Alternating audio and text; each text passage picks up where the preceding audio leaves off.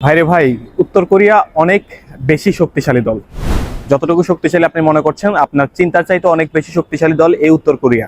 এর প্রমাণ যদি আপনাকে দেখতে হয়, আপনি শুধু জাস্ট এই যে এএফসি এশিয়ান কাপে তারা অংশগ্রহণ করতে এসেছে, এর যে কোয়ালিফায়ার ম্যাচগুলো খেলেছে সেগুলোর দিকে আপনি যদি একটু তাকান, সেই ম্যাচগুলো যদি একটু আপনি দেখেন, বা আপনি যদি পুরো ম্যাচ নাও দেখতে পারেন, হাইলাইটস যদি দেখেন, তাহলে বুঝতে পারবেন যে এই দলটা ঠিক কতটুকু ভয়ঙ্কর। তারা সেই 3 ম্যাচে প্রতিপক্ষের জালে টোটাল 23টা গোল দিয়েছে। 2 ম্যাচে 10টা 10টা 20টা, আরেকটা ম্যাচে 3টা গোল দিয়েছে। অর্থাৎ তারা 3 ম্যাচে 23টা গোল দিয়েছে। এবং সর্বশেষ তাদের যে 6 ম্যাচ, ওই 6 ম্যাচে তারা প্রতিপক্ষের জালে গোল জড়িয়েছে টোটাল 35টা। এবং ওই যে বাছাই পর্বের 3টা ম্যাচের যে তারা 23টা গোল করলো, সেখানে তারা একটা গোলও কিন্তু হজম করে নাই। তো বুঝতেই পারতেছেন যে তারা আসলে কত শক্তিশালী দল। বর্তমানে ফিফা র্যাঙ্কিংয়ে তারা চীনের চাইতেও ভালো স্থানে অবস্থান করছে।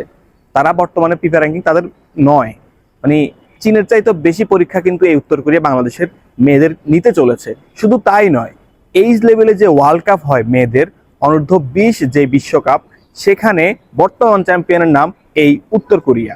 এই উত্তর কোরিয়া কিন্তু ওই টিমের, মানে ওই যে ওয়ার্ল্ড কাপ উইনিং টিমের যেই 6-7 জন সদস্য কিন্তু বর্তমান এই দলটাতে খেলছে।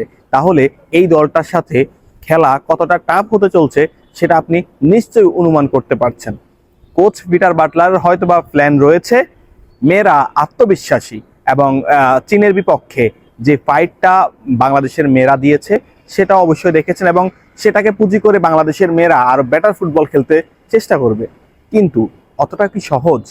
বা মানুষের যেই আগ্রহ প্রত্যাশা সৃষ্টি হয়ে গেছে, চীনের বিপক্ষে ম্যাচের পূর্বে বাংলাদেশের মেয়েদের নিয়ে আসলে সমর্থকদের কোনো প্রত্যাশা ছিল না। কিন্তু চীনের বিপক্ষে যেই ফুটবল দেখিয়েছে, তারপরে দর্শকদের প্রত্যাশা বেড়েছে। কিন্তু দর্শকরা প্রতিপক্ষের শক্তিমত্তাও জানতে হবে, প্রতিপক্ষের ব্যবধান এবং প্রতিপক্ষ কিরকম ফুটবল খেলে।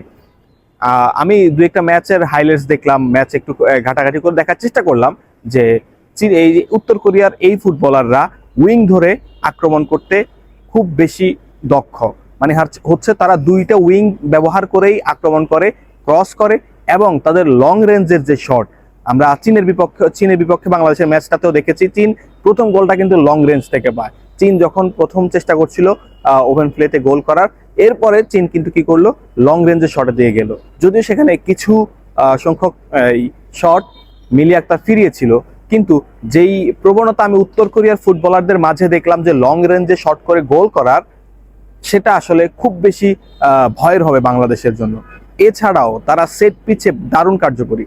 সেট পিচগুলোকে তারা খুব ভালোভাবে ইউটিলাইজ করতে পারে, হোক সেটা কর্নার, হোক সেটা ফ্রি কিক।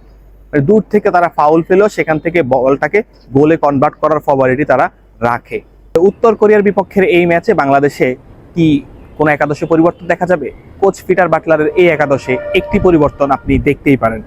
আমার মনে হয় একটি পরিবর্তন, সেটিও মিডফিল্ডে হওয়ার সম্ভাবনা রয়েছে।